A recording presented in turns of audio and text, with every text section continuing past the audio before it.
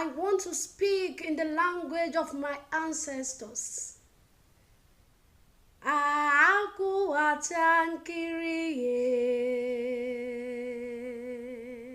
atankiriye. Imakwana chinwanza kusikuru nwanze gu nwanza gaya kusigwe. Ugo eberela na mgbagbu. Mmiri dọrọ n'eju dọrọ nwa nkịta. Nwata kpakara ibe ya n'akọ dịka ọkpara ya n'ajọ ọhịa. Egbe bere uge bere ma kesiri ibe ya ebe na nkuka ya. Ugo tinyere nwata dị ya n'isi. Isi aka nwata bụ ọfọ ya. Atụọrọ mara tụọrọ ofe ka ofe n'isi n'ọfịa. Atụba n'isi ọchụ aga n'ụzụ. Ụzọ dị mma agaghị ugboro abụọ. Ichefugo n'ụka kpara akpa bụ isi ka eji ekwe ya. Ililo gara onye dịka ọgara be Chukwu.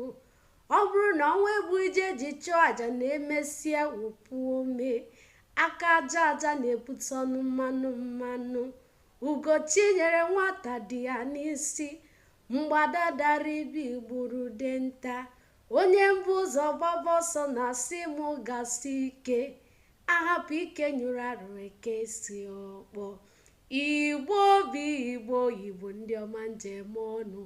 Unu ga-adị o.